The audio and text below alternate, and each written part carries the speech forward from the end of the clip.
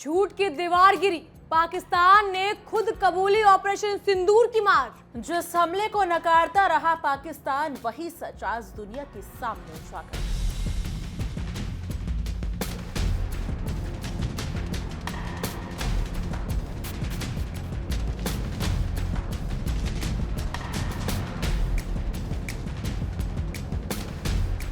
नमस्कार दोस्तों, आप देख रहे हैं इंडिया डेली का डिजिटल प्लेटफॉर्म और मैं हूं आपके साथ तान्या त्यागी। नमस्कार, मेरा नाम है जिया कौशिक।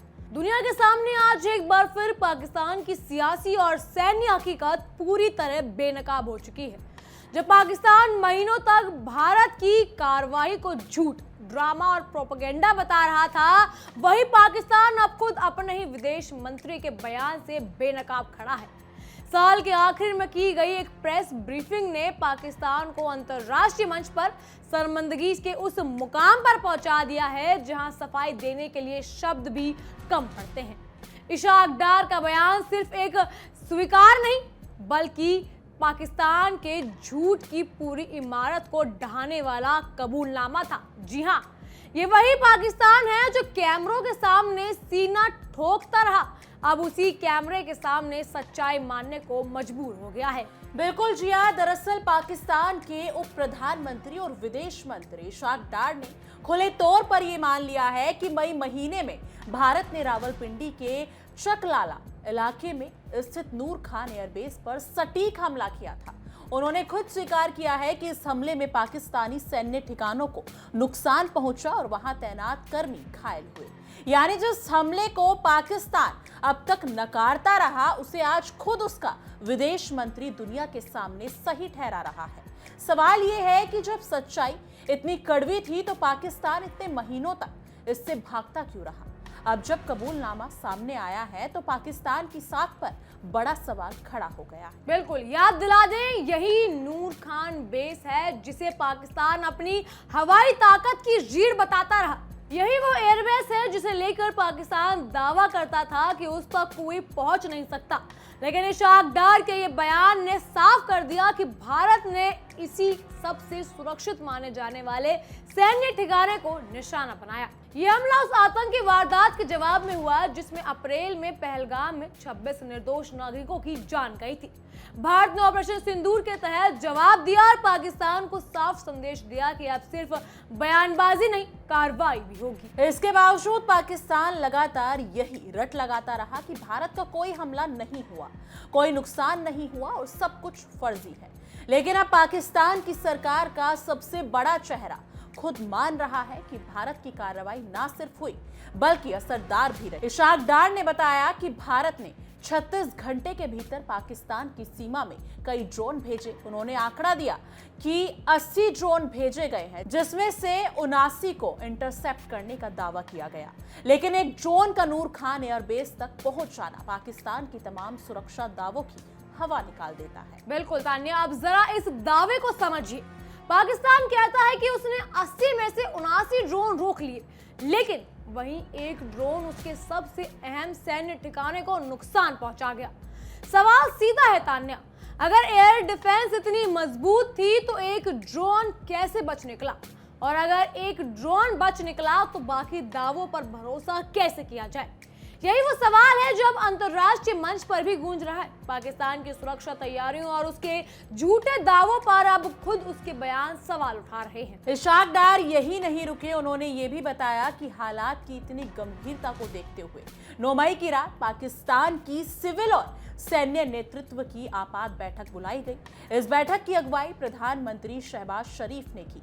यानी भारत की कार्रवाई ने पाकिस्तान के सत्ता प्रतिष्ठान को रातों रात हिलाकर रख दिया था। जिन लोगों को पाकिस्तान मजबूत नेतृत्व बताता है, वो एक ही झटके में इमरजेंसी मोड पर आ गए। लेकिन बाहर की दुनिया को दिखाया गया कि सब कुछ कंट्रोल में है। सबसे दिलचस्प बात यह है कि इशाक डार ने भारत के इस हमले को भारत की गलती बताया। जी हाँ, लेकिन यही बयान पाकिस्तान की मानसिकता को पूरी तरह उजागर करता है।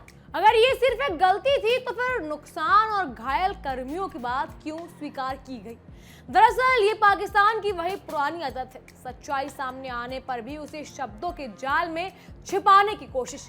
लेकिन इस बार शब्द भी काम नहीं आए और सच्चाई कैमरे के सामने आ ही गई, क्योंकि ये पूरा घटनाक्रम पाकिस्तान की दोहरी नीति को फिर बेनकाब करता है। एक तरफ पाकिस्तान खुद को आतंकवाद का शिकार बताता आया है, दूसरी तरफ उसी की जमीन से आतंकी हमले होते हैं। जब भारत जवाब देता है तो पहले इनकार किया जाता है, फिर मजबूरी में सच्चाई मानी जाती है। नूर खान एयरबेस पर हुए हमले की पुष्टि इस बात का सबूत है कि भारत अब सिर्फ चेतावनी नहीं देता, भारत जवाब देता है, और वो भी सटीक और सीमित तरीके से। ये भी गौर करने वाली बात है तान्या कि पाकिस्तान ने इस हमले को मानने में कई महीने लगा दिए। जब दुनिया का ध्यान दूसरी ओर चला गया तब साल के अंत में ये कबूलनामा सामने आया। इसका साफ मतलब ये है कि पाकिस्तान अपनी नाकामी और कमजोरी को जितना हो सके उतना छिपाना चाहता था, लेकिन सच्चाई को ज्यादा देर तक दबाया नहीं जा सकता। भारत की ड्रोन तकनीक और रणनीतिक क्षमता ने पाकिस्तान की सैन्य तैयारियों की पोल खोल दी है। इशाक डार का बयान सिर्फ एक प्रेस कॉन्फ्रेंस नहीं था, बल्कि पाकिस्तान की सियासत और फौज दोनों के लिए एक आईना था।